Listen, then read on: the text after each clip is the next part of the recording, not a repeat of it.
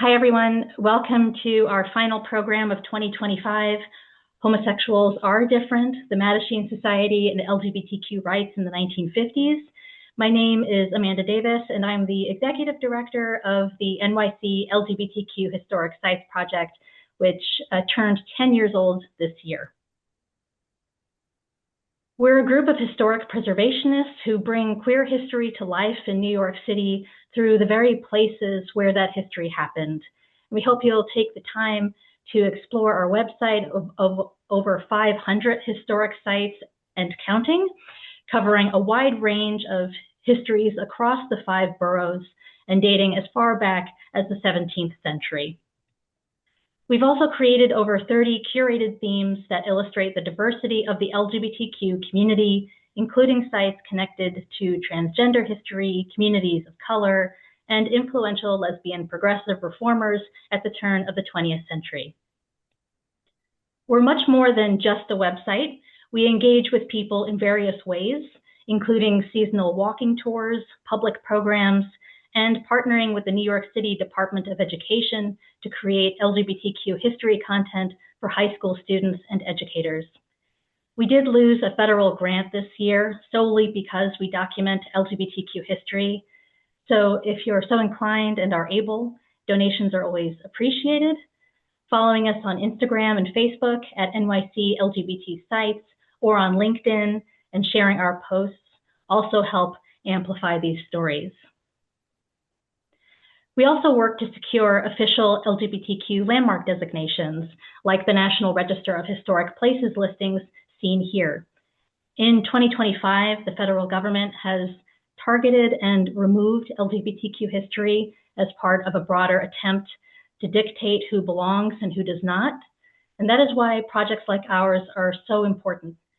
We control the narrative and ensure that LGBTQ people see themselves in American history, no matter what. Our YouTube channel features past talks, such as our program earlier this year on the 70th anniversary of the founding of the Daughters of Bilitis, the first lesbian rights group to form in the United States. Historian Marcia Gallo, who literally wrote the book on DOB, and San Francisco architectural historian Shane Watson joined me on this panel. And following the Q&A, graduate students from Pratt Institute in Brooklyn will be launching an online survey inviting public reflections connected to sites of queer dying in NYC during the AIDS epidemic, an intergenerational project we're proud to collaborate on. So stay tuned for that.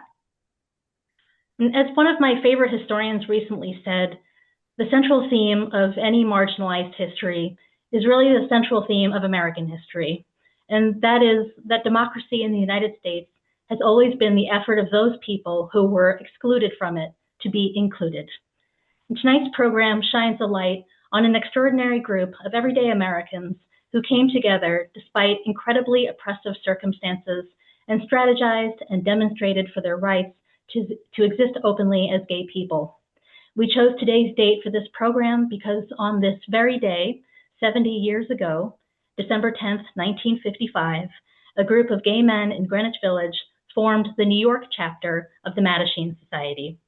And before our featured speakers talk more about Mattachine, I'm going to give a brief overview of what life was like for LGBTQ people in the post-World War II period. Before the war, queer people actually lived fairly openly and visibly in neighborhoods such as North Beach in San Francisco and Harlem and Greenwich Village in New York City. They did face increased harassment and policing. It was literally a crime to be gay. And these issues would intensify in the post-war years. But these early gay and lesbian enclaves provided a vital sense of community. More and more people understood that at least in these spaces, they were not alone. The post-war period was met with a backlash of political conservatism that aimed to protect American democracy from outside, quote-unquote, threats.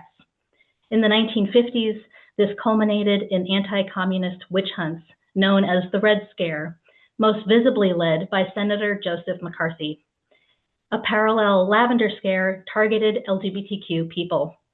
In 1953, President Dwight D. Eisenhower signed an executive order listing sexual perversion as a threat to national security.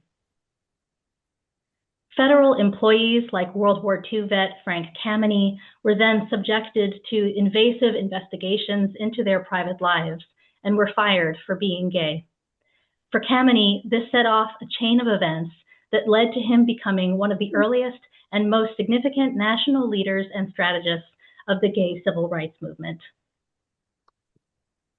Additional factors in the 1950s, from organized religion to the psychiatric profession, as well as the lack of positive LGBTQ representation in any facet of daily life, including in books, film, or on television, helped shape widespread homophobia in American society.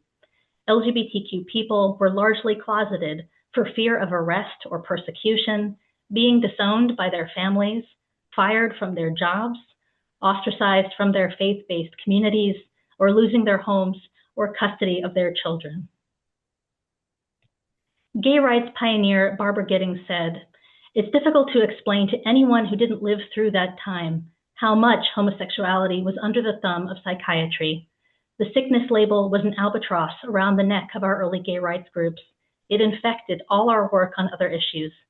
Anything we said on our behalf could be dismissed with, 'That's just your sickness talking.' Incarceration in mental hospitals, lobotomies, and aversion therapy using electroshock treatment were just some of the brutal methods used to quote-unquote cure homosexuality." Bars were among the few places where queer people could congregate, but their very presence there often led to state liquor authorities revoking bar licenses. As a result, these bars came to be controlled by the mafia, who made payoffs to the police to stay in business. Yet routine police raids and entrapment by undercover cops still occurred. At places like the Sea Colony, a popular lesbian bar in 1950s Greenwich Village, patrons could be arrested for dancing with someone of the same sex or for wearing 3 or more articles of clothing that did not align with their perceived gender. This especially targeted butch lesbians, drag queens, and transgender people. Yet, even in this highly hostile climate, LGBTQ Americans began laying the groundwork to advocate collectively for their civil rights and fight against invisibility and erasure. In the same period that Senator Joseph McCarthy's anti-communist witch hunts began taking place, gay rights pioneers Harry Hay and Rudy Gernreich called a meeting in Los Angeles on November 11, 1950, 75 years ago last month, to form what eventually became the Mattachine Society, the first long-term national gay rights organization in the United States. In 1955, the Daughters of Bilitis was founded in San Francisco by 4 lesbian couples, including Del Martin and Phyllis Lyon. With chapters later forming around the country, public demonstrations for gay rights began to take place in the 1960s, including outside the White House, Independence Hall in Philadelphia, and the Black Cat Bar in Los Angeles, all a few short years before the 1969 Stonewall uprising kicked off gay liberation, the next major phase of the LGBTQ rights movement. And so, pivoting a bit, the arts have always played an important role in bringing hidden histories to life, so we're thrilled to have a special guest tonight giving introductory remarks. John Marans is an award-winning Pulitzer Prize finalist playwright whose 2009 play, The Temperamentals, dramatizes the founding of the Mattachine Society in the early 1950s. It was nominated for the Lucille Lortel and the Outer Critics Circle Award for Outstanding New Off-Broadway Play, and the entire cast won the Drama Desk Award for Best Ensemble, and Michael Urie won the Lucille Lortel Award for Outstanding Lead Actor. The play is currently in film development with Daryl Roth Productions. And so, John, you have the stage. Thanks a lot. I've been asked to talk about what made me decide to write my play, The Temperamentals, which is about Harry Hay and the Mattachine Society. In truth, I didn't know anything about the Mattachine Society or Harry Hay until I was hired by the San Jose Rep to write the book to a musical based on Studs Terkel's book called Coming of Age, which is a series of interviews of political activists and anarchists all over the age of 70 who are still alive and kicking and fighting the good fight. There was one section of the book called The Others, and Harry's interview was in that. This was the gay and lesbian section, the others. And this book came out in 1995. Anyway, every time I put Harry into the musical, his character stole the show. I was trying to figure out why the audience was so riveted. I think it was because he saw the world differently than most, was a visionary with an outsized personality. Even though Harry was a communist, he came from an entitled, well-to-do Mayflower family and refused to believe that being a homosexual made him less than any straight man. Studs Terkel wrote, at 6'4", Harry Hay cuts an imposing presence. Harry said, I was born on Easter Sunday and the Titanic went down the following Thursday. Two Titanics can't exist in the world at one time. When one shows up, the other has to go down. So, I mean, obviously this was a delicious character to write about. And when I read about Harry founding the Mattachine Society, I needed to find a way in to tell the story. I just didn't want it to be a dry history lesson.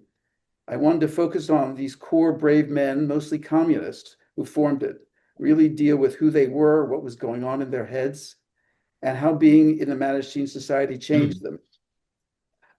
Studs Terkel's interview provided me with some details of Harry's philosophy and outlook on life, and I would just like to read some excerpts of Harry's actual words.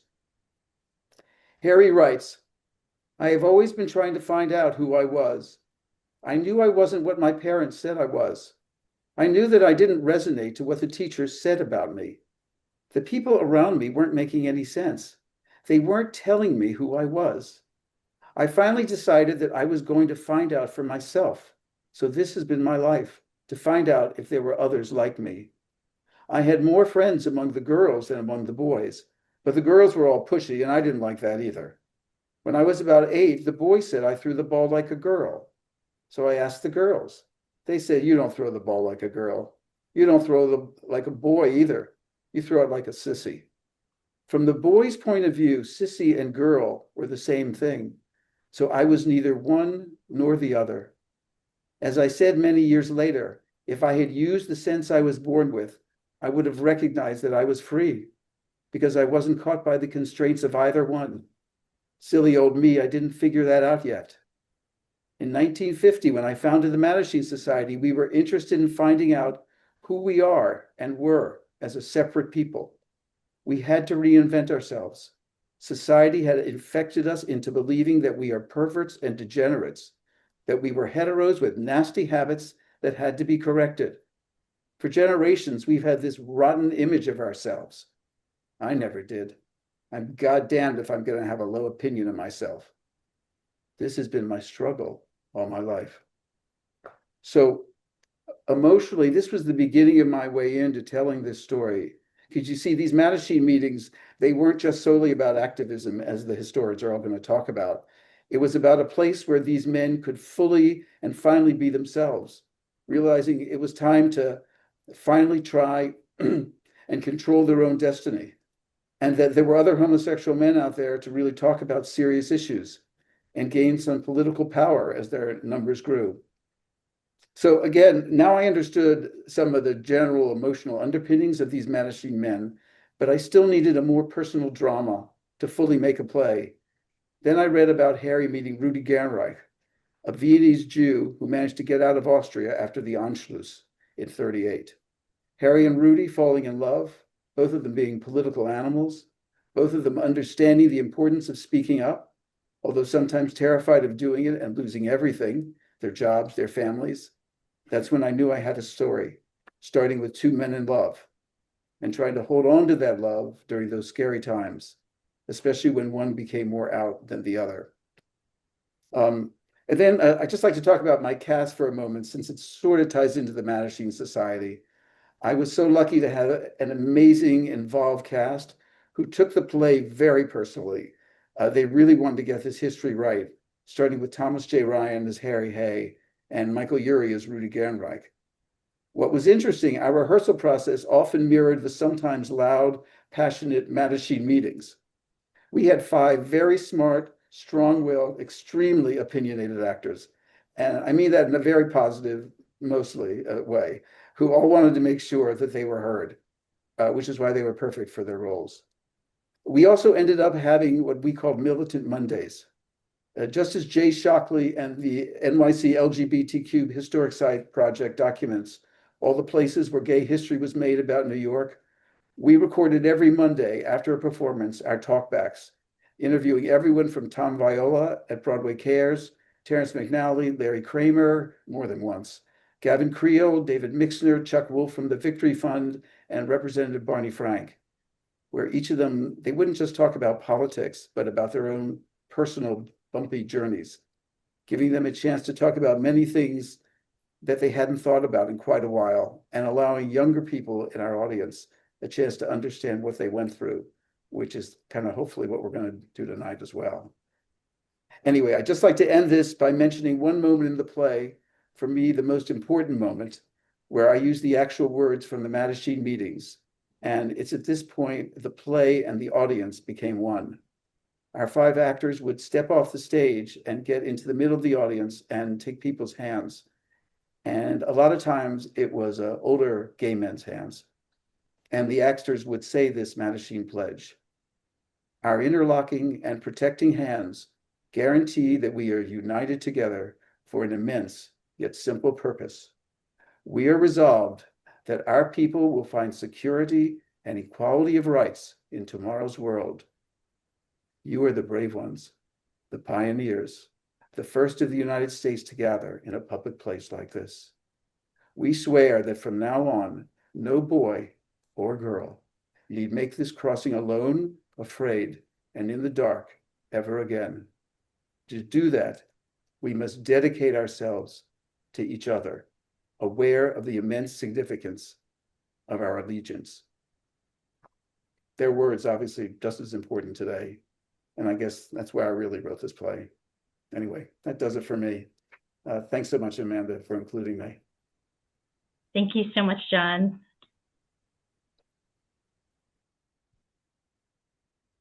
And now, so we're excited to expand tonight's conversation beyond New York City and share the important work that our colleagues are doing in California and Virginia to document LGBTQ history. Our first speaker, Adrian Scott Fine, as president and CEO for the Los Angeles Conservancy, oversees the organization's overall leadership within the greater Los Angeles region, serving 88 cities and unincorporated LA County, encompassing more than 4,000 square miles. Prior to joining the Conservancy in 2010, Adrian was with the National Trust for Historic Preservation in Philadelphia and DC, and previously with Indiana Landmarks. Our second speaker, Jay Shockley, is co-director and co-founder of the NYC LGBTQ Historic Sites Project. He worked at the NYC Landmarks Preservation Commission for 35 years before retiring as senior historian in 2015. In the early 1990s, Jay authored the first LPC designation report to acknowledge LGBTQ history, and in 1999, he co-authored the National Register of Historic Places nomination for the Stonewall Inn, making it the first on the National Register to be listed for LGBTQ significance.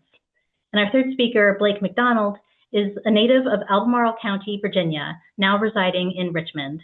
He studied architectural history at Connecticut College and the University of Virginia. As the survey and grants specialist for the Virginia Department of Historic Resources, he travels throughout the Commonwealth supporting the stewardship of Virginia's diverse past. Prior to his current role, Blake worked in cultural resource management, historic preservation advocacy, and museum education. So now I'm going to hand it over to Adrian. And I'll stop share.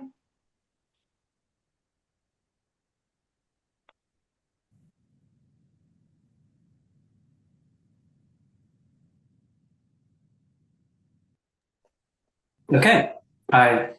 Thank you, Amanda, so much. And thank you, John, for that introduction. It was kind of the perfect setup for everything. And thank you to our New York colleagues. Thank you for including West Coast and LA. We've actually learned a lot from each other. About 10 years ago, we launched our LGBTQ plus historic places in LA initiative. And so it's been great to see kind of what's happening on both coasts and everything in between in terms of the last 10 years have been really quite a change in terms of historic preservation and talking and preserving, acknowledging LGBTQ plus historic places. So I'm going to kind of share the story from Los Angeles. And disclaimer, it's really over a 4 to 6 year period. And again, everything that Amanda and John really did talk about sets it up really well in terms of what's the LA story, in terms of forming and founding the Mattachine Society. So I'm going to look about where we are today because of Mattachine, talk about what was going on in Los Angeles in 1950, and certainly Harry Hay and being the visionary behind this, and the other founders that he really brought on board that really coalesced and made this happen. Talk about some of the milestones. It had a epic rise and sort of an epic fall in terms of, and then as it spread to other places around the country, and then lastly leave with kind of the legacy and what that has led to in Los Angeles in terms of that. And disclaimer, even though it's 4 to 6 years, there's a lot, and we're talking 15 minutes. So keep that in mind in terms of that. I'm going to start by sharing a short video clip from a film that we did a few years ago that talks a little bit about what the Mattachine Society gave rise to, and I'll leave it at that and go to the next slide.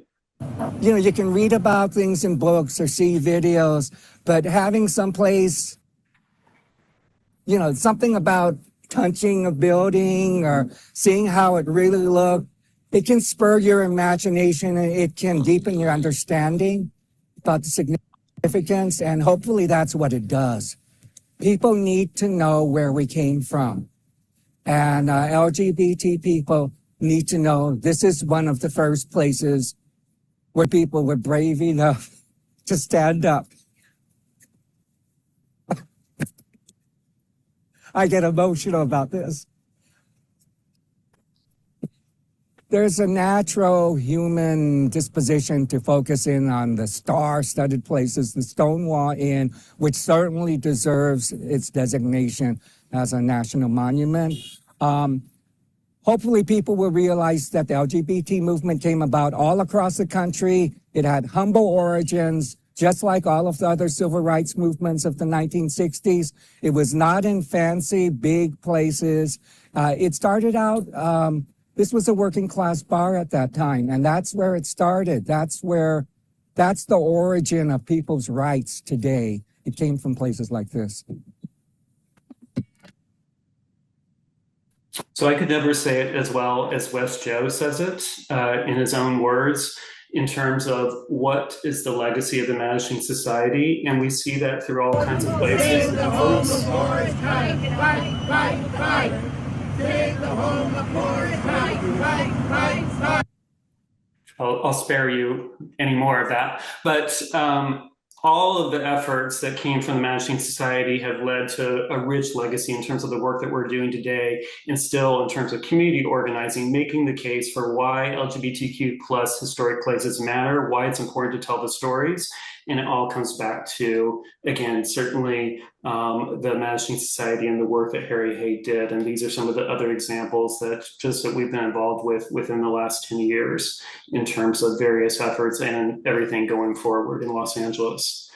But I'll start here by sharing an abbreviated version of a timeline in Los Angeles in terms of the lead up to the Mattachine Society, what were some of the influences, and also, I'm not sure why we're stuck here, where it went.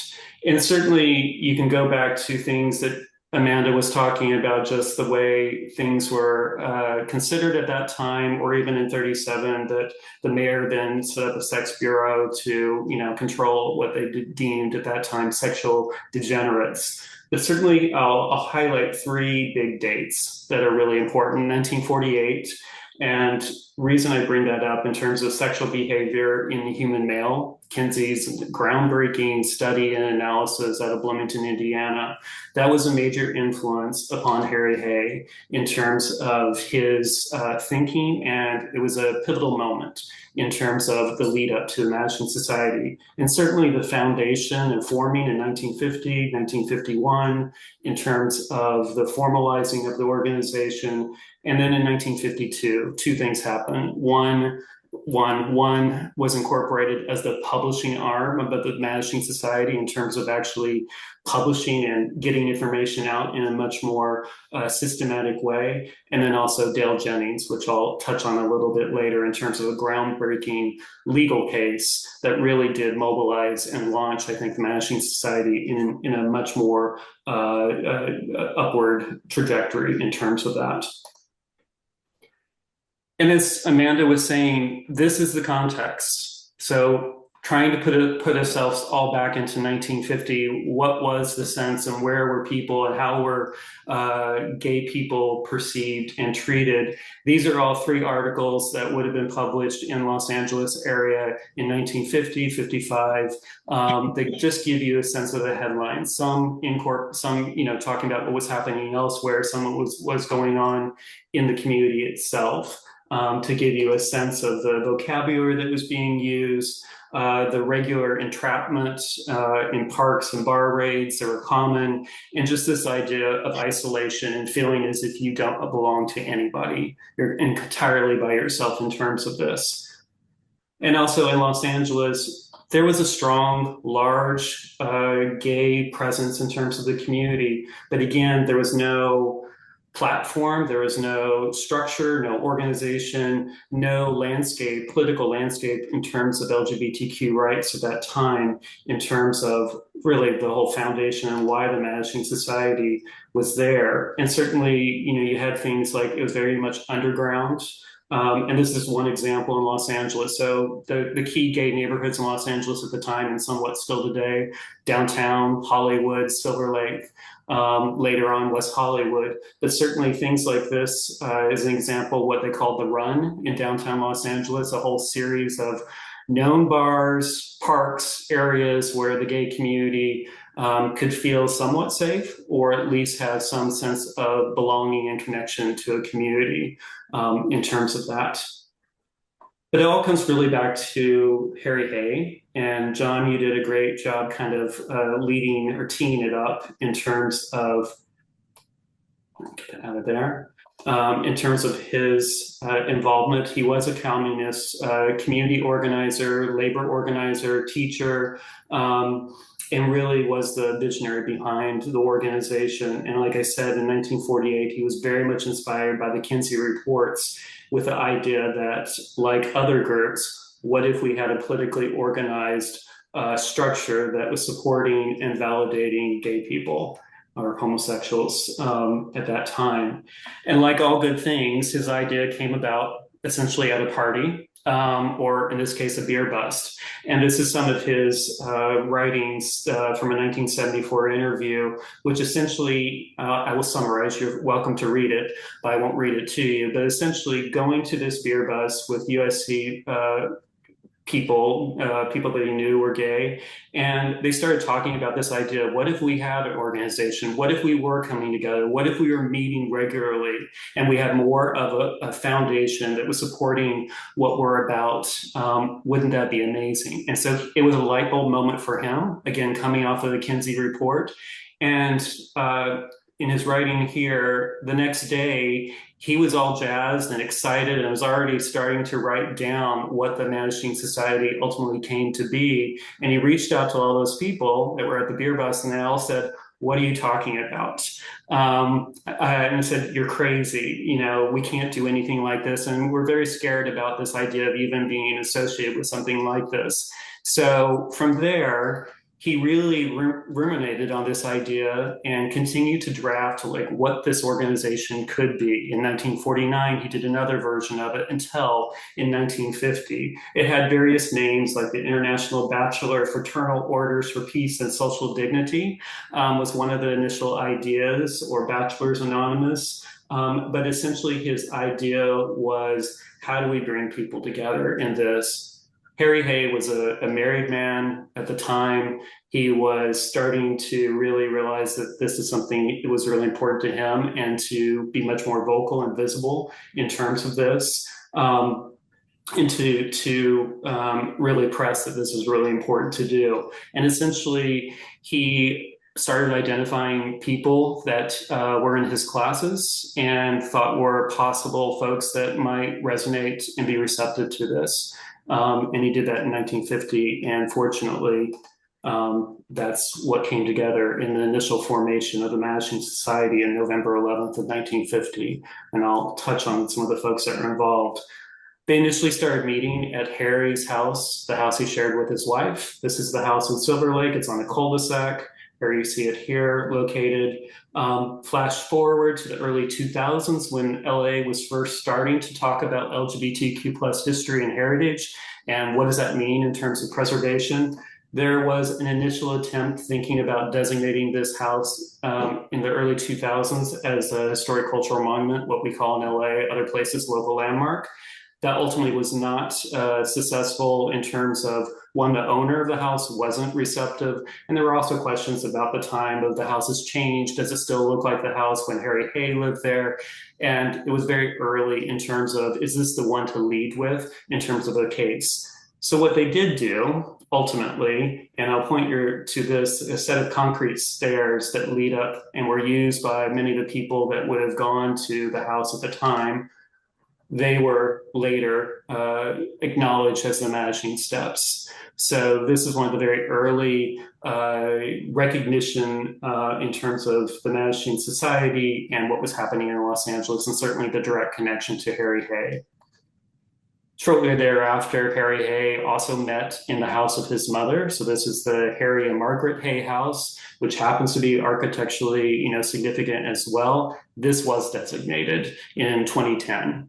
As an historic cultural monument. So he also met in both places. Both places have been acknowledged in terms of early formative physical places in which people came together as part of the discussion groups and the organization around the Mattachine Society in terms of that. This also gives you a sense of his thinking in terms of what he was doing and how he was really coming into his own in terms of forming the Mattachine Society, and even bringing his mother on as a director of the board in terms of this as they were meeting in the house, and she was fully supportive, although he said in some of his writings, he doesn't think she fully understood that sex was part of being gay. So there may have been a little bit disconnect there in terms of that understanding, but she was very supportive of the organization and what they were doing. And as Amanda showed, these are some of the initial founders, not all of them are featured here, of the folks that really came together that he brought together as certainly the visionary behind this as the organization. These are some of the initial papers, the missions and purposes of the Mattachine Society as they were formulated and adopted in July of 1951, stamped at the front and on the bottom, confidential. In terms of this, it was all about creating a safe space, a place where you could have discussion, where you could talk about legal defense networks, the forming of those, and also the idea that it's a place where people could feel connected, find a sense of belonging in terms of this, and really the whole idea of solidarity. This is another quote of his. There was a lot writing on this. Certainly he was thinking about this, the other founders, that if we don't do this well, this could be a huge setback for the movement, even before there was a movement. Just the idea that there was so much writing on the way in which they structured the Mattachine Society and how they met and how visible or not, most of this was in secrecy, and how they really advocated and made a case for a community in terms of this and being a legitimate part of democracy in terms of the effort. There were essentially three pillars of the initial formation of the Mattachine Society: legal defense, if they needed to do that, to defend folks, especially around entrapment. Publishing, and that's where later on the One magazine came together, which One is now, the One archives and at USC in Los Angeles. And then probably the most important part was community building, bringing people together, again, the sense of belonging piece of that. There were two things that were unique in the way they structured the society in terms of as they were thinking about this. They argue that, again, homosexuality at the time was not merely a sexual orientation, different than the way we look at it today, but essentially they were saying we're like any other minority group. We should be treated the same. We should be coming together from the same standpoint in terms of this. And I'll just read a quote here, a part of this. I shall live and work to the end that through these principles, I myself shall become a better person, and through my work and my self-improvement, the Mattachine Society shall be that much more enabled to aid an enlightened society to accept my people as useful and valuable citizens. The second part of what they were looking at and talking about is that the group called for a grassroots movement of gay people to challenge essentially anti-gay discrimination. And so they were putting together a lot of ideas and thinking about what does that look like? How do they advance that mission in terms of that? And it came in lots of different ways.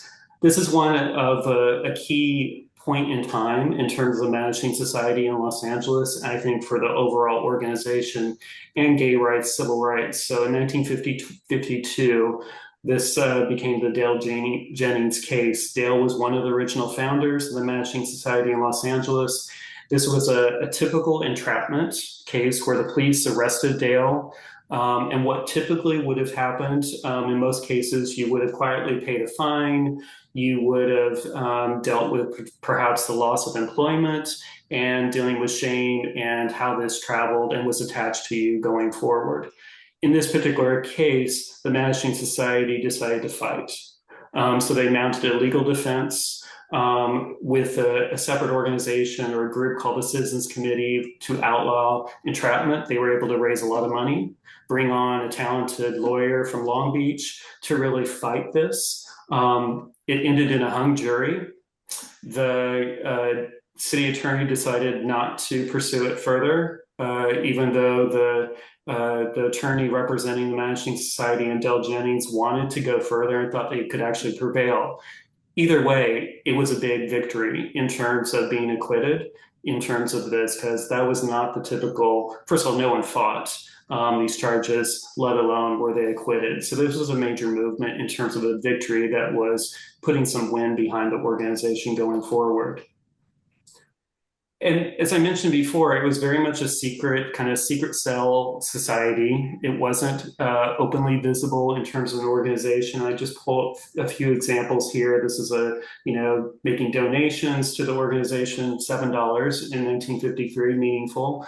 In 1954, this is really taking their missions and purposes structure much more thorough in terms of bylaws and articles and all kinds of details about what the organization stood for, or some correspondence. In this particular case, a gentleman saw an article that was published about the Mattachine Society, which was not common, but this was kind of an expose piece that came out, and essentially him reaching out to say, I'm a single man and I do like to meet interesting people, wanting to get connected, knowing that there's an organization out that represents them, represents his and his story in terms of that was important.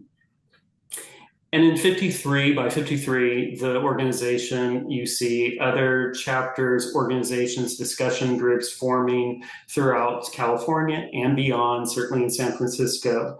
This was also a pivotal moment that really was the lead up to the end of the Los Angeles organization. You had really a split in terms of the organization. New members felt the communist associations of many of the early founders were a problem. Again, this goes back to what Amanda was talking about, McCarthyism, Red Scare, the Lavender Scare was really a shift in terms of the philosophy, in terms of the organization. And so the original founders left, new leaders stepped on. Unfortunately, the organization was not able to continue and everything shifted to San Francisco from then.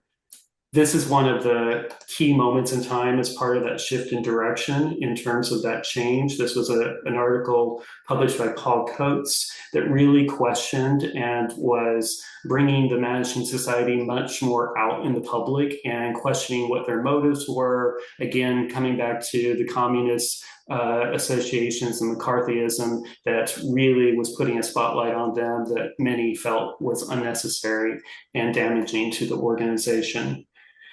And just to wrap up, it led to so many different things. Certainly the Mattachine Society in Los Angeles, and you can look at everything that came from publications to community organizing to certainly one publication as part of that. And certainly our work at the Los Angeles Conservancy and the LGBTQ Historic Places in LA project, we wouldn't be doing the work that we're doing now if it hadn't been for the work of Harry and so many other leaders in West Joe in terms of these kinds of places. We are actively designating places. We're doing stories, we're doing videos, we're doing all the things that are happening in New York City to raise the profile of awareness. And there's so much more that we can be doing. But again, we're doing it on the backs of Harry and the members of the Mattachine Society in Los Angeles. And with that, I'll stop and turn it over to Jay. Thank you. In the meantime, thanks all three of you for the great introduction into this. The interesting thing is, and what very few people actually realize, is that the creation of Mattachine, New York was preceded by two earlier organizations, both of which preceded Mattachine in LA. The city's first LGBT group was the Veterans Benevolent Association, or I'll refer to it as VBA, formed in 1945. After thousands of gay and lesbian soldiers participated in World War II, many settled in New York with this large gay community. A number of gay men who had received honorable military discharges started VBA, partly in response to other veterans getting less than dishonorable discharges and thus denied the benefits of the GI Bill. A disproportionate number of gay and Black veterans were being discriminated against. VBA was officially incorporated in 1948, making it one of the first American LGBT groups to do so.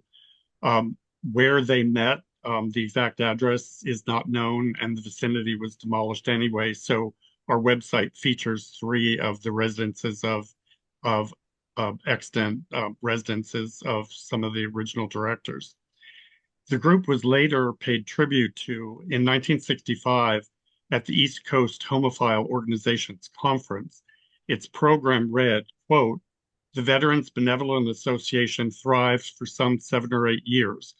Although the emphasis was on social relations, on dances and picnics and outings, it nevertheless held lectures, had discussions, and constituted the first effort on the American scene for a group of homosexuals to meet quite openly. And as has been previously discussed, this was absolutely crucial in an era when New York State codified homosexuals even congregating as disorderly conduct, and the main places to meet at the time were mafia-run bars and outdoor cruising areas. Membership of VBA consisted of about 75 to 100 men, and its dances and parties could attract up to 400 to 500 people. VBA had, similar to some of the parallel groups, a legal advisory panel to assist its members who faced discrimination in areas such as arrest, employment, and housing. In its later years, there was disagreement about appropriate behavior at social gatherings and about the main purpose of the group. Some wanted it to continue its low secret profile, while others wanted it to become more activist. VBA disbanded in 1954. Next, please.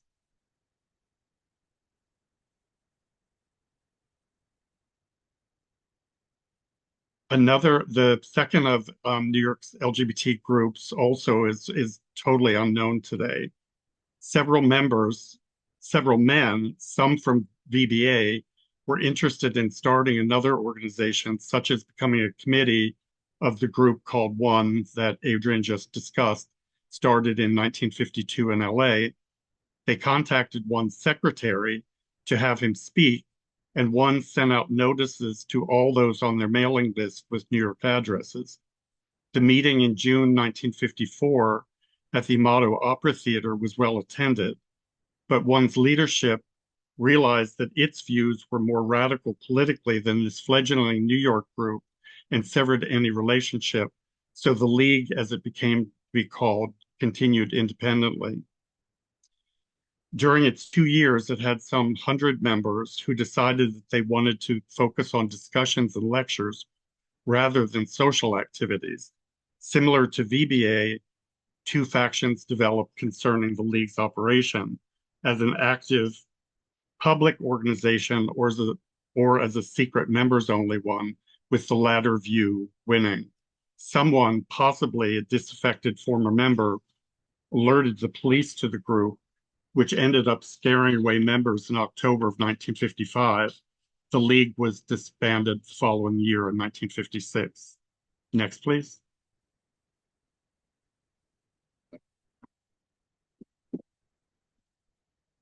Tony Segura, a 36-year-old League member, realized the need for an open, non-secret organization, now considered one of the most significant Hispanic early gay rights leaders. The Cuban-born Segura arrived in the U.S. in 1935, later moved to New York to attend Columbia University, and worked as a research chemist. In 1954, while on a trip to Cleveland, he discovered a copy of Donald Webster Corey's pioneering book, The Homosexual in America, and stated, quote, "It gave me a strong sense of the existence of homosexuals as a minority group, which I had never thought about before." Using this book as a guide, he connected to the Corey Book Service, which had been founded in 1954, which had the largest gay mailing list in the US, and then he found the newly formed League. Next. Segura was supported in forming a new group by another League member, 47-year-old Sam Morford. Born in Orange County, New York, Morford was an industrial and clinical psychologist who had come out in the 1920s. At a psychologist convention in the fall of 1955, at which Evelyn Hooker reported on her path-breaking research on male homosexuals, he was told about the Mattachine Society. With headquarters then in San Francisco, it was forming regional area councils elsewhere. So Morford got permission to start a New York council and was given a mailing list of some 6 dozen New Yorkers.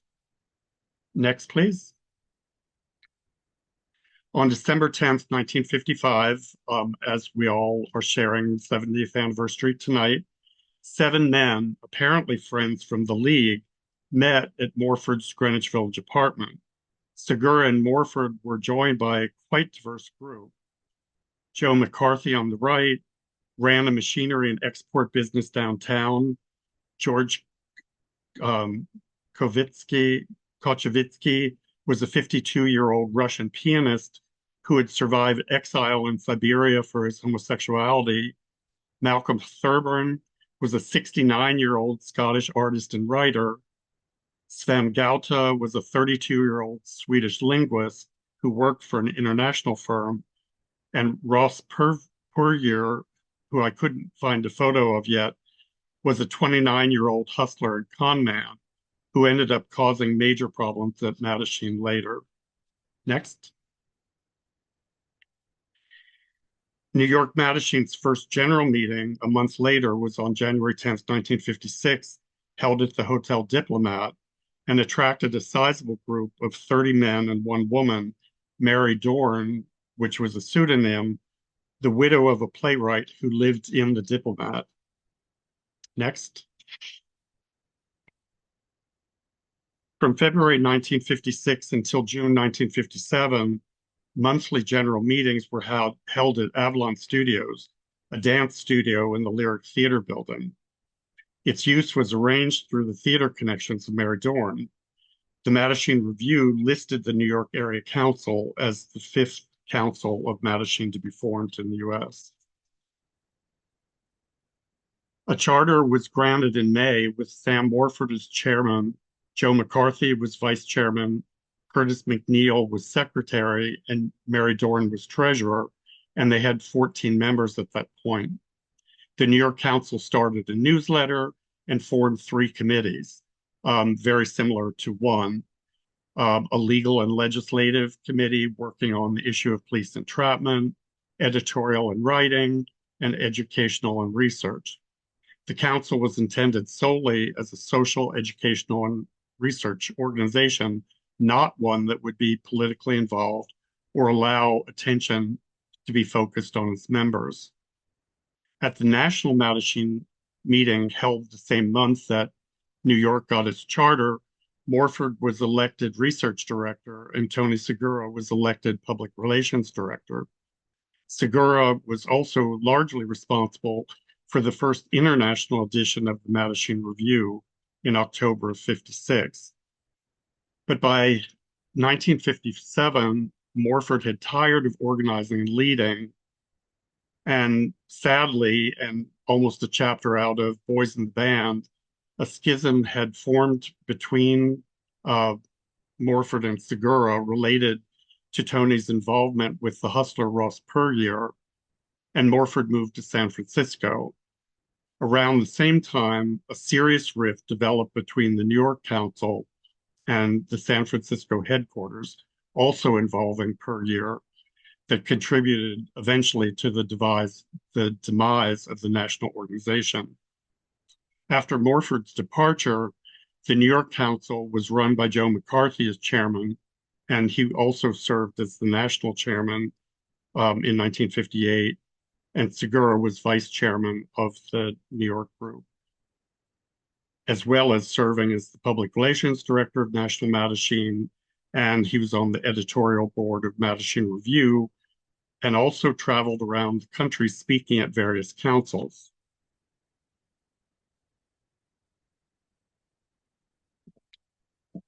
Segura was the first openly gay man on East Coast television in March of 1958, though under an assumed name and wearing a hood. He moved to Richmond, Virginia in 1959, which Blake will talk about in a bit. Next. The New York Area Council moved into an office on the fourth floor of 1183 6th Avenue in July of 1957. By the end of the year, it had grown to 40 members. After placing posters around the city in August of 1958, it had its best attended meeting with 300 people. The New York chapter of the Daughters of Bilitis was formed here in September of 1958, and shown on the screen was its first president, Barbara Giddings, who was one of the founders. Next. New York Mattachine and Daughters of Bilitis moved to an office in the building at 1133 Broadway by December of 1958. Chairs Dor Jones, Art Mowell, and Al de Dion, which was a pseudonym, all continued Mattachine as solely a social and educational group. The National Mattachine Organization was dissolved in 1961, and the council thus became independent. The Mattachine Society of New York was incorporated in December 1961. Its presidents included Curtis DeWeese in 62-63, Paul Spire in 1963, and Julian C. Hodges in 1964-65, the latter two becoming more amenable to the group becoming more politically involved. Next, please. By 1964, three of the most iconic and militant figures of New York Mattachine were working together: Randy Wicker, Craig Rodwell, and Dick Leish. Next, please. Under the innovative and more political leadership of 30-year-old Dick Leish, who served as president from 1965 to 1970, Mattachine, New York, worked behind the scenes with political officials, such as Mayor John Lindsay and Commission on Human Rights Chairman William H. Booth, to reduce oppressive policies against the community, such as police entrapment of gay men. Leish also attempted to begin documenting employment discrimination against LGBT individuals. Next. One of Mattachine's major contributions was challenging one of New York State's most discriminatory policies, the ban on serving homosexuals in bars, which were some of the few places where gay people could meet each other. The event that became known as the Sip-In at Julius's Bar in April 1966 was inspired by the Civil War sit-ins in the South. Leish, Craig Rodwell, and John Timmons, accompanied by reporters, went to a number of bars, announced that they were homosexuals, and asked to be served a drink. Finally, at Julius's, joined by Randy Wicker, the bartender refused to serve them, which was captured in this iconic photograph by Fred McDarrah of the Village Voice. This was one of the earliest planned gay rights actions that had a beneficial impact and was a key event leading to the growth of legitimate gay bars. Mattachine's actions helped to improve the lives of LGBT New Yorkers and paved the way for future political work. Thank you, and on to Blake. To everyone who tuned in tonight, what a great turnout. Really appreciate it. For my portion of the I'm going to share with you a little bit first about the Department of Historic Resources, my employer, our work in LGBT. And then I'm going to hone in on Tony Segura, who we just heard about from Jay, one of the founders of the New York chapter of the Mattachine Society, talk about his involvement in early queer activism in Richmond. And really what I'd like for you to take away from what I'm about to tell you is that Tony Segura's work in Richmond, I think, represents how the ideals and practices of the Mattachine Society inform communities outside of New York and Los Angeles that did not have formal Mattachine chapters and also had very different social and political landscapes than those we've been discussing so far. But before we get there, a little bit about the Virginia Department of Historic Resources. We are the State Historic Preservation Office. Every state and territory has one, has since the mid-1960s. You can see our very broad mission on the screen here to foster, encourage, and support the stewardship of Virginia's architecture, archaeology, and cultural resources. So how do we do that? Three of our most popular programs are the Virginia Landmarks Register and the National Register of Historic Places, which we administer in the state of Virginia. These are kind of like the list of honor rolls for historic buildings, structures, objects, and sites, and districts, historic districts in the state. Register listed properties and resources can opt into our very robust state and federal rehabilitation tax credit program. We have one of the most active tax credit programs in the nation. We have our very popular historical highway marker program. We have the oldest highway marker program in the nation, and we continue to add dozens of markers to our roads every year. I'm showing you just one of my favorites here, which is the marker for the Patsy Cline House up in Winchester, Virginia. And unlike in the early days of historic preservation, where we focused on just a small slice of our shared history, today the mission of DHR encompasses the story of all Virginians. And you can see here images of some of our dedications from highway markers recently focused on minorities and underrepresented communities. And part of that greater effort to better represent the history of all Virginians is our LGBTQ+ Heritage Initiative.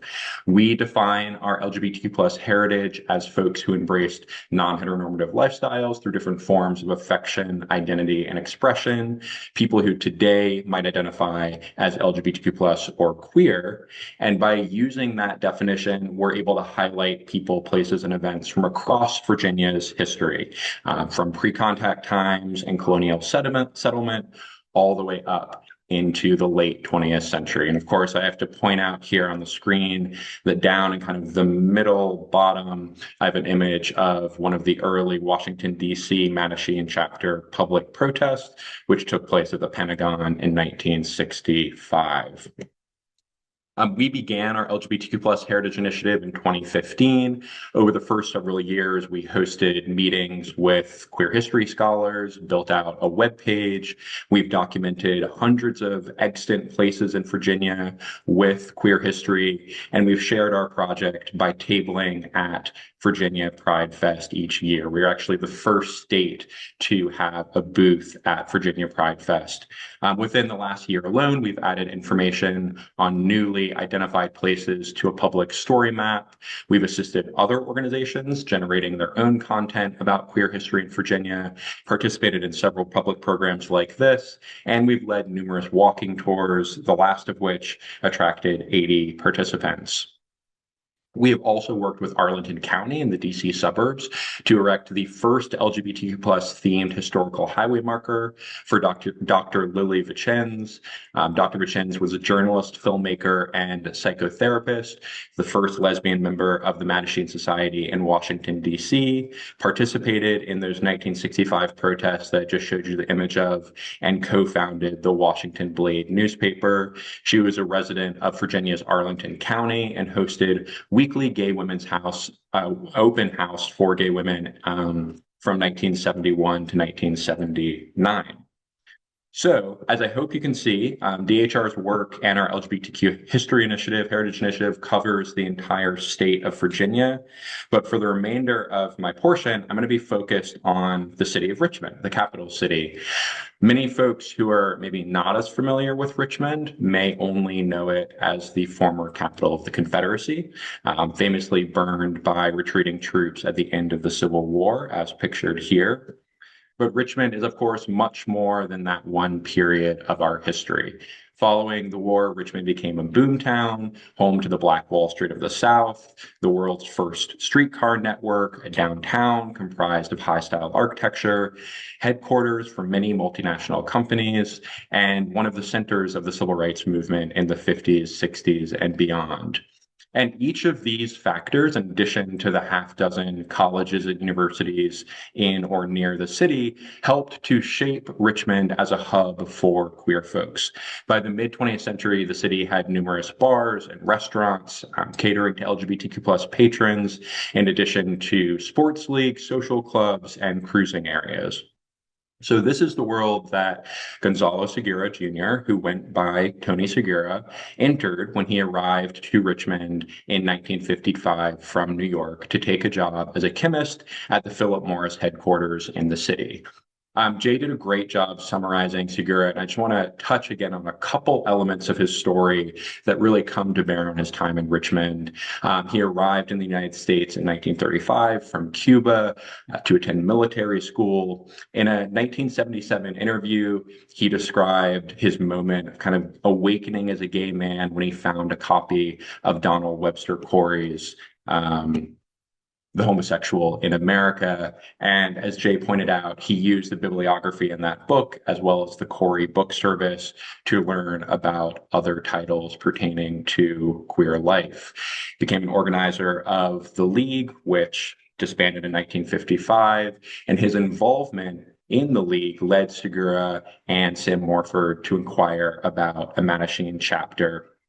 In that 1977 interview, he stated, and I quote here, "If you have an open organization, you can't be frightened out of existence by mere discovery," end quote. And that was obviously the issue with the League, and reflects, why he was drawn to the Mattachine model. Segura served as the public relations manager for the New York chapter, and he was on the editorial board of the Mattachine Review. And he's kind of credited with being one of the folks who was the binding energy of that group. He lived in Manhattan. There is, of course, a wonderful NYC LGBTQ sites entry for his apartment. And he also traveled during this time throughout the Northeast and the Mid-Atlantic, even went out to Denver as an ambassador of the New York chapter to speak on a wide range of topics related to the movement. As you can see in this entry on the right, he would sometimes even prepare meals for the members of other chapters. Significantly, I think he started a correspondence network for queer men and groups that were not Mattachine aligned or formal Mattachine societies in the South. And there's really no documentary evidence that I've found to indicate if Segura chose to move to Richmond for any other reason than a job opportunity, though I do wonder if his work engaging with gay networks outside of major coastal cities could have introduced him to folks down this way. Segura stated in that 1977 interview, one of the kind of best sources we have on him, that when he got to Richmond, he tried to form a Mattachine Society chapter, but that there wasn't really an appetite for one because of relatively scant police harassment in the late 50s and early 60s. I think that this claim may merit a bit more investigation, as I suspect that white or white-presenting folks like Segura, who are also relatively affluent, and gay men may have experienced different levels of risk and threat than some other gender and sexual minorities in Richmond at the time. But we do know that the number of police raids on queer establishments and the entrapment of men rose dramatically in Richmond in the 1960s, which may correspond to the police being aware of and uncomfortable with early LGBTQ rights activism elsewhere in the country. Richmond's LGBTQ rights movement really began in earnest after Stonewall, with the 1970 establishment of the Gay Liberation Front, comprised largely of university students, followed by several more organizations in 1974 and 1975, including but not limited to the Richmond Lesbian Feminists and a group called Gay Awareness in Perspective. Prominent queer individual like activist and DC Mattachine chapter founder Frank Kameny and author Rita Mae Brown came to Richmond in this period to support these early groups. What really seems to have been the catalyst of Segura's involvement in Richmond, in queer activism in Richmond, were the 1977 protest across the South against anti-gay singer Anita Bryant. Bryant performed at the University of Richmond in October of that year and was protested by several of Richmond's LGBTQ+ organizations. This protest is kind of considered our first true gay pride rally in the city, and one of the first in the state. And even months ahead of that concert, Segura was organizing events with the Gay Awareness in Perspective organization to spread knowledge about Bryant's homophobia. I think most of us are pretty familiar today with Anita Bryant, but I want to remind folks that her anti-gay political advocacy and her focus on a narrative that queer people were a threat to children really gave rise to strategies that are still in use to disenfranchise LGBTQ+ people. And Segura seemed to recognize that threat in that sort of political orientation. And so he formed a new group, and that new group was called the Richmond Gay Rights Association. I love this introduction on the right side of the screen that he put into the Gap Rap newsletter, where he starts by saying, "Politics and law are intensely repelling to many Gap members, but there is no denying how deeply they affect the lives of all homosexuals. The Gay Rights Association is a new organization devoted exclusively to these matters, and thus it fills a great and important void." And so I think here you're already kind of seeing Segura's time with the Mattachine Society and its more political bent coming to bear. The Richmond Gay Rights Association was not certainly doing something that was more valuable or more necessary than some of the other local queer groups at the time. However, it was taking our local movement in a new direction. And I think Segura's past experience really informed that. And indeed, the group was the first in the city to focus on repealing, enacting, and modifying laws and local ordinances that affected primarily gay men, but also lesbians and transgender folks. They met with city council to address increased police entrapment in an area of the city with a concentration of queer establishments known as the Block. They advocated for the inclusion of sexual orientation in a late 1970s rewrite of our human rights ordinance. They extended surveys to city government workers to better understand sentiments towards LGBTQ students. And this ongoing relationship with our local government also speaks to me of some of those greater ideals of the Mattachine Society an effort to humanize queer people through public engagement, often in a slightly more formal setting. To me, it's not terribly unlike some of those early 1965 public protests at places like the White House or the Pentagon, where you have these upstanding, well-dressed queer individuals trying to overcome stereotypes. The organization had its own newsletter, and you can see an image of that here. It was issued monthly, also took a more political bent. Segura contributed to almost every issue. And here too, the Mattachine connection is really apparent. He writes directly about lessons learned from his time in New York and on the road. He continues to gather and share bibliographies of queer works. And in this 1978 piece on the right, he is still referencing The Homosexual in America, that very first book that uncovered the existence of gay communities for him. The Gay Rights Association met twice a month at co-founder Bruce Garnett's house in the Richmond Fan District, pictured on the right, as well as occasionally at Tony Segura's residence. The group was also active in local progressive faith communities, including the Quaker Church, Quaker Meeting House, the Unitarian Church, and the non-denominational Richmond Community Church. The Gay Rights Association in Richmond disbanded in 1981, and I don't yet have, any sort of telltale document to show exactly why that happened. But what I can say is that by that point, many other local LGBTQ plus advocacy groups had adopted that mantle of political advocacy. And so by this point, the GRA was no longer kind of filling that great and important void. But I do think that you can view the Gay Rights Association along with these other grassroots groups from the period as setting the foundation for our current LGBTQ plus activism network. Just a few years after the Gay Rights Association disbanded, Virginians for Justice formed. Today, that group goes by the name Equality Virginia, and it is the primary LGBTQ plus activism organization in the state. Important to note, Tony Segura did all of this work with the help and support of his partner, gay pulp fiction writer and artist Marsh Harris. They met around 1962 and lived together from the mid-1960s until their deaths in 1991 for Segura and 93 for Harris. Harris was much less publicly involved, but he did kind of support LGBTQ causes financially and from afar. We don't even have any images from him. This 1962 painting of Segura, it's thought that the person in the painting in the background may be Harris, though that's undetermined yet. But what Harris did do is author gay pulp fiction books and short stories under the pen name Peter Randolph, and his work is quite notable and became very popular for eschewing sort of the common pulp themes of transgression and tragedy, and instead portraying gay men in often happy romances.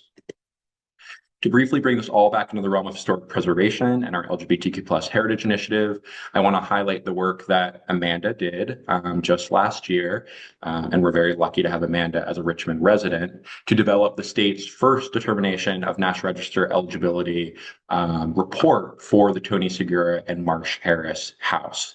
Amanda's research located the couple's residence. I was able to get in touch with the current property owners. They were absolutely thrilled about this. They already knew about Segura and Harris's significance and were very enthusiastic to help Amanda develop that report.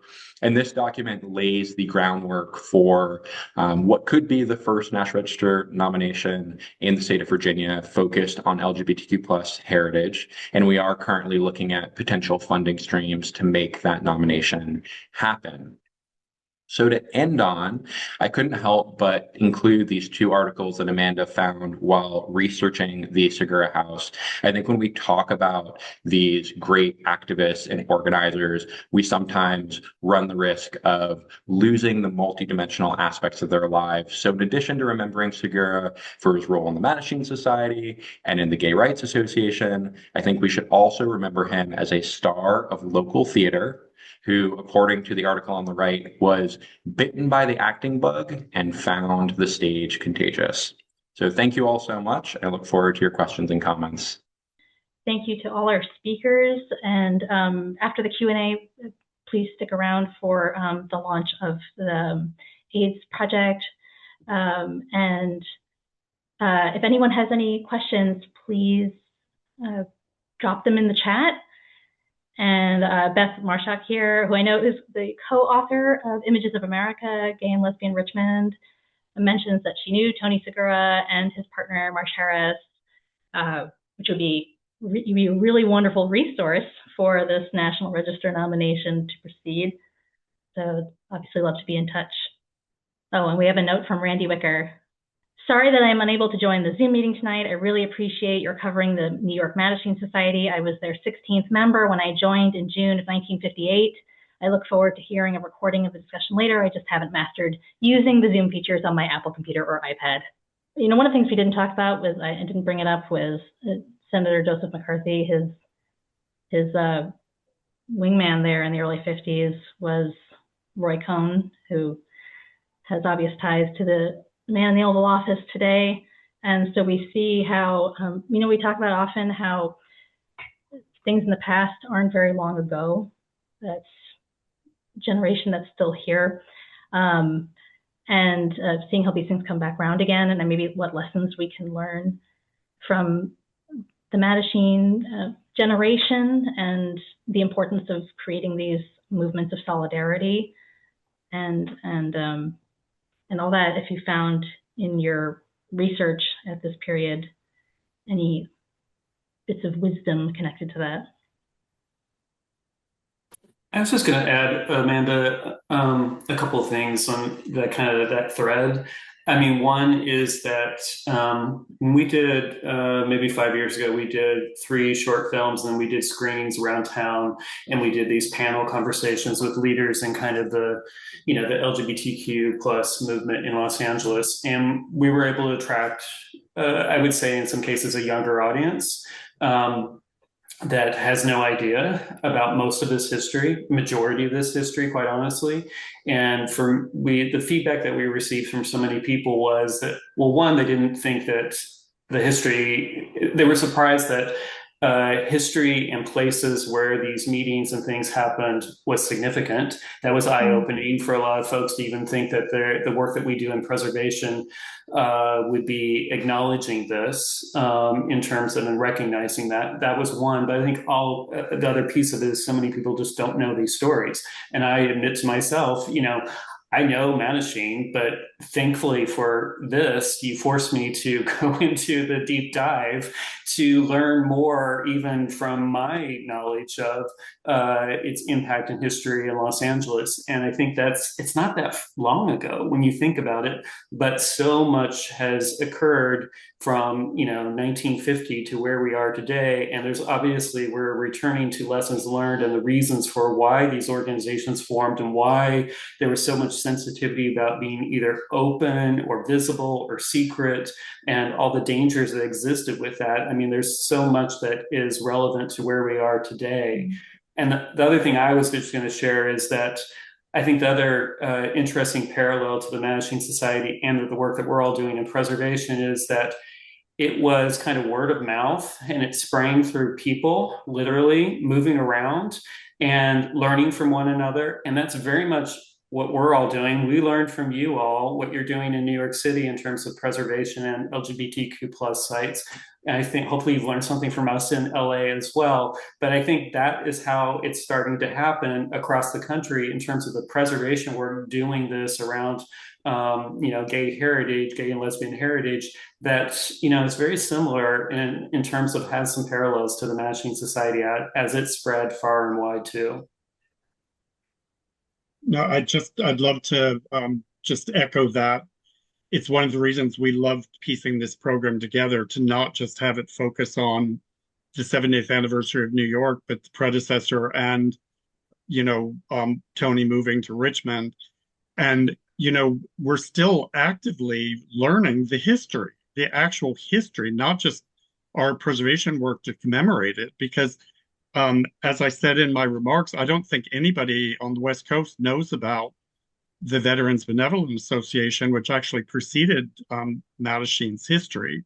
So I just absolutely love that we're collaborating preservation-wise and history-wise, and we're all still learning. It's one of the things that all of us, the 4 of us in our project, in the 10 years we've existed now, we learn every single week new stuff, even stuff that we'd covered that we've already written website entries for. The one other broader point that I want to make, as Amanda was acting, how do we bring it up to this political moment that we're all going through this horrible period? It's exactly what Harry Hay did when he wrote his first manifesto, that all gay people in that point were isolated by themselves. Everything they had to do in their lives, they personally went. They had to invent what their life was going to be. But if you formed an organization, met other people, discussed the same issues, and ultimately, after those periods when it was all about research and education and finally meeting your community, then you could do some political work. All political leaders in this moment, it's coalitions between gay people, Black people, and the early gay rights leaders totally learned from the Black civil rights movement. So it's all about meeting, discussing, coalescing, forming coalitions, and being active. To tag on to both of y'all, I was so touched when I read about Segura creating networks outside of the Mattachine, something that he did not have to do, but reaching out to men and communities in the South to embolden them, to give them, the same realization that he had, that these groups and communities did exist and could help them. And I think that outreach component was something I was not expecting to find in the narrative beyond the already very wide network of just the Mattachine chapters, and can certainly be translated into lessons for today. I just want to mention that I'm finally being able to see some of the people that are in the audience. I just want to acknowledge Rich Wandell, who was an early GA leader and president. I don't know if he wants to say anything at any point. Well, Rich, he left a comment. Mattachine and Dick Leish were already planning a public meeting a week or so before Stonewall after an attack on a Queens cruising area. The meeting then became the first gathering after Stonewall. There's a question here. Are the site markers in Virginia, LA, and New York protected from being taken down by the Trump administration? Ours are all local. If anything, we are expanding. So, you've made us encourage us to do more. So, unless it's really at the national level where that's happening, Park Service. Within Virginia, folks actually apply to put up markers. We have a pretty rigorous application and review process. They also pay for them. So it's not like there's federal money going towards that program. So I would say that they're relatively safe. Although that said, I hope they're literally safe. We put together a panel for the National Trust for Historic Preservation in 2011. And I discussed some of the states that had some of the first LGBT markers. Almost all of them were continually vandalized. The Lily Bachen's marker was just installed within the last few months, so we'll know more soon. I mean, the state of Pennsylvania has quite a few in Philadelphia also. Comment here. It's not a question, but my husband and I recently moved to Richmond from Los Angeles. Hi, Adrian. So we are so happy there's an active and proud community and that the Commonwealth and its agencies, thank you, Blake, are supportive of LGBTQ history and commemorating it appropriately. I am a native Texan, and I can assure you that is certainly not the case there. And we have a question. Can you give more details about the behind-the-scenes negotiations and relations with the Lindsay administration?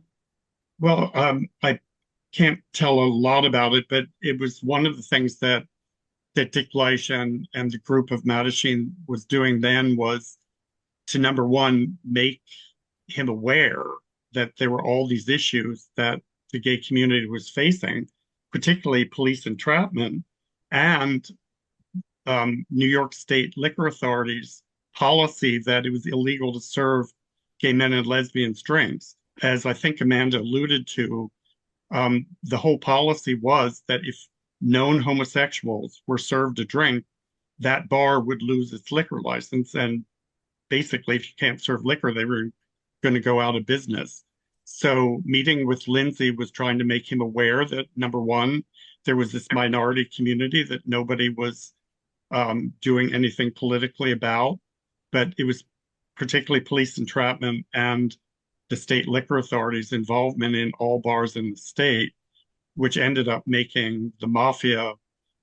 Lisa Davis, who I believe was on this call, was the first person when we founded our project, really hammered home the idea to us that in New York City in particular, if a bar was even known to be a gay or lesbian bar, there was mafia involvement, either through direct ownership, the front people being required to use the equipment through the mafia, and so on and so on. So it was the constant thing that the gay community was pawns of payoffs, raids, and arrests of people, which obviously Stonewall was one, and it didn't end until years after Stonewall. But in addition to that, they brilliantly, when we actually, right after we founded the project, we actually met Dick Bleish, and he was a good friend of the project until he passed away a few years ago. And the first question I met him, because I suspected that he had met with William Booth, the head of the Human Rights Commission, and they had had a number of meetings with him. The important thing was, which I didn't mention in my remarks, after the SIP-in, the Human Rights Commission in New York looked into the possibility of doing something about the discrimination the gay community faced, but it wasn't in their legislation, so there was nothing they could do legally. But in answer to the question again, besides meeting with the mayor, they were brilliantly, strategically meeting with key players to just make them aware of all the issues that the community was facing. A comment here, Frank Kameny papers and Lily Chen's papers are now in the collections of the Library of Congress, FYI. And a question, do you think the embrace of respectability politics emerged partly from the class profile of the organizers? How might the movement have looked different if working class queer people and people of color held more leadership? And how do you see class shaping the definition of what was considered legitimate queer citizenship in the 1950s and early 60s? I can go a little bit on that. Yes. Simply, I mean, it was certainly in LA, it was mostly intellectual crowd, organizers, people that were mostly white, mostly male, although women did attend some of the discussion meetings, certainly as well, and were part of the board leadership, but that was certainly a minority.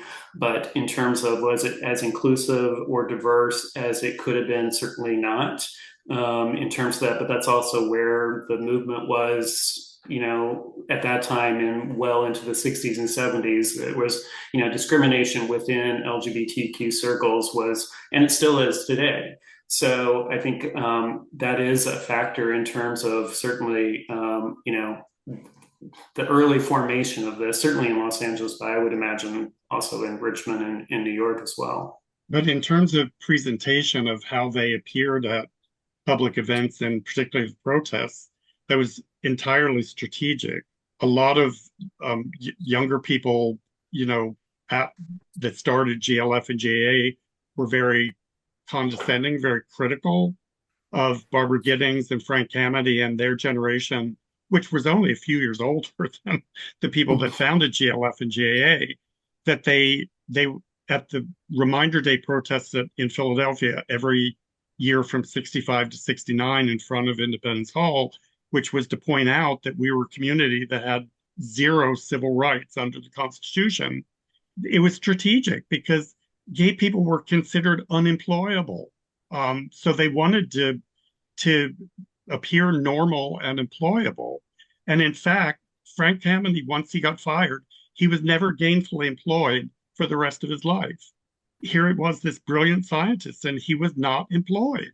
And I'll just tag on to say that in Richmond, I found plenty of references in the archives to people complaining that white gay men were taking too much of the lead in the movement early on. And I think that's a very valid complaint. I think in the best moments, there was a role and room for each of the groups that were working kind of in the more formal space of City Hall, the groups who were working on the college and university campuses in maybe a slightly less structured way, the Black leaders who were coming out of the civil rights movement the decade before. That was in the best moments, but that wasn't necessarily what was happening on a consistent basis. I think that's a really great thing to point out, though. Yeah, in our DOB, discussion, we covered Ernestine Eckstein, who's a Black lesbian and vice president of the DOB New York chapter in the mid-1960s.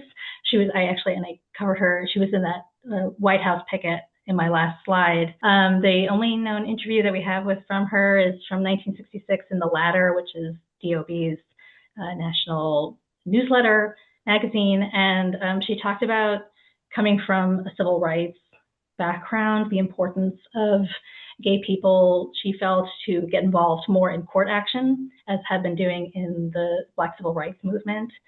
So it was interesting to hear her perspective. And in that same interview, she said she tried really hard to find other people of color who would join her in this movement. She tried hard, at least in New York. I don't know where exactly she was looking. But it's a very long interview in The Ladder, which is digitized online if anyone's interested in looking at it.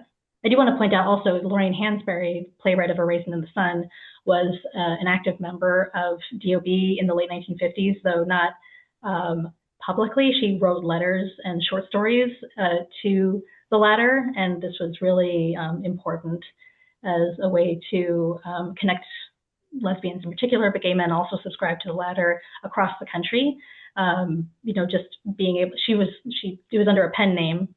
She had to protect her identity in multiple ways, as a Black woman, as a former member of the Communist Party, and all these things. But that was just an important aspect of DOB history that we also covered in that discussion. And she had a lot of thoughts also. You'll see also archived in The Ladder, a lot of thoughts about the gay and lesbian rights movement at that time that she expressed privately. There was a question here about, if we're interested in doing a deep dive into LGBTQ history in our area, where would one start? I think Beth Marshak answered that pretty well in the chats. Did she? Start Okay. with the rumors. And I will say the Gale Archives of Sexuality and Gender, which Jay first told me about, is digital archive, and that's quite a lot, which is really impressive. Also, just mention, in Virginia, we've made really good use of various historic travel guides. I think a lot of folks know about the Green Book, which is for African-American travelers, but there were similar publications primarily targeted towards gay men, but there were also lesbian travel guides, and they will list the addresses and descriptions of venues that were, queer owned, queer serving, across the entire country, and some across the entire world. So definitely worth looking at those. Many are digitized. I would also suggest looking at, for the places where they exist, and you're seeing this more and more, is historic context studies. That it's broad brush, but it's enough to get you started, and then you'll fall into 1,000 different rabbit holes. But, in terms of giving a general picture, especially from a community level, what the story is of LGBT heritage and its association, certainly with the built environment, is a good place too. Any final thoughts? I just want to thank Adrian and Blake so much for joining in on this program. It's the first one that our project's done that has been so geographically inclusive. Yeah, and we look forward to more. If anyone has ideas for topics they'd love to hear about in the coming year, please reach out to us. And always looking to share more stories and connect with more people around the country. Thank you, Amanda, and thank you all for this incredible panel. It's great to see these threads emerge between these three cities. And I'm happy to be here tonight with the other members of our Taconic Fellowship project entitled Sites of Queer Dying in New York City During the AIDS Epidemic. And tonight marks the first event of our year-long community partnership with the NYC LGBTQ Historic Sites Project, which is made possible by the support of the Pratt Center for Community Development. And we would simply like to take this opportunity to introduce this initiative and invite you all to participate in our future workshops. So this will be brief, I promise. Before jumping into the project overview, and next slide, I would like to introduce our amazing team, which includes Dr. Harriet Harris, professor in the Historic Preservation Program at Pratt Institute, Till Nottage, Caroline Hibbert, and myself, who are all graduate students at Pratt, as well as all the members of the NYC LGBTQ Historic Sites Project. Next. If you have any questions about the project, please don't hesitate to contact me at the email address displayed on the screen, and I will also type it in the chat once I turn the mic over to my colleagues. So by way of introduction, this project really emerged from the necessity to adapt and reimagine our traditional commemoration frameworks that are associated with queer history, and especially in light of the current onslaught of federal action seeking to suppress it from the public sphere.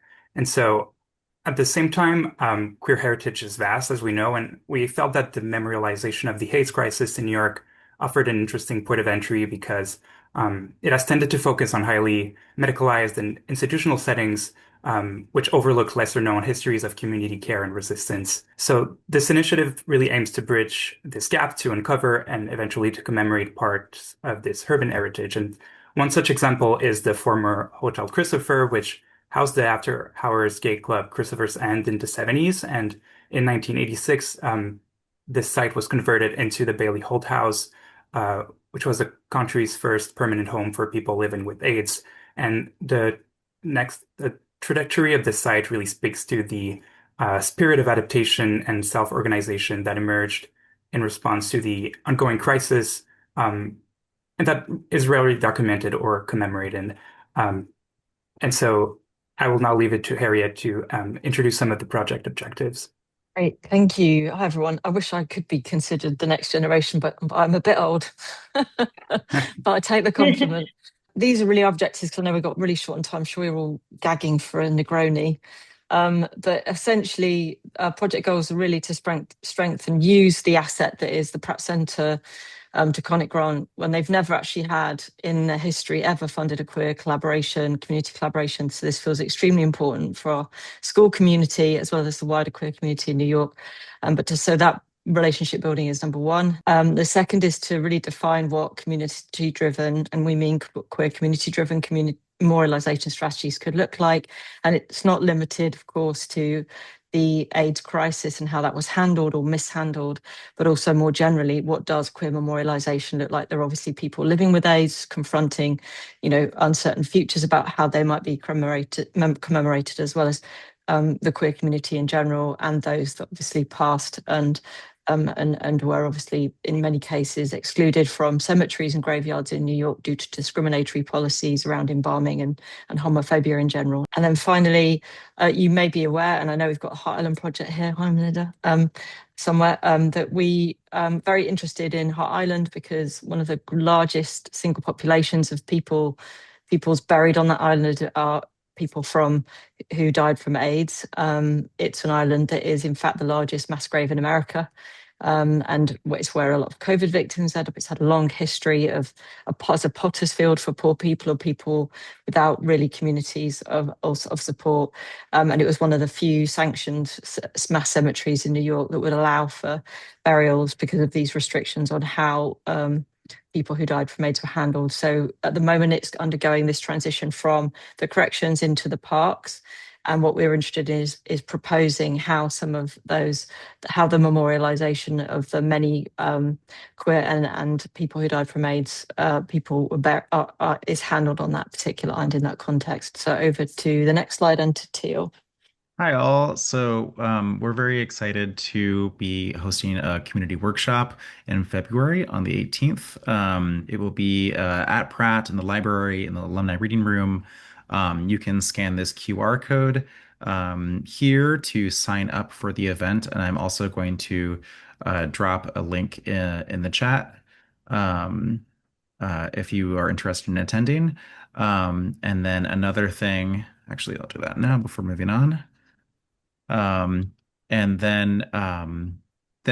workshop is going to be a really community-driven event, and we have some wonderful speakers lined up, prominent activists from the time, and also folks at Pratt who have been really engaged in this research.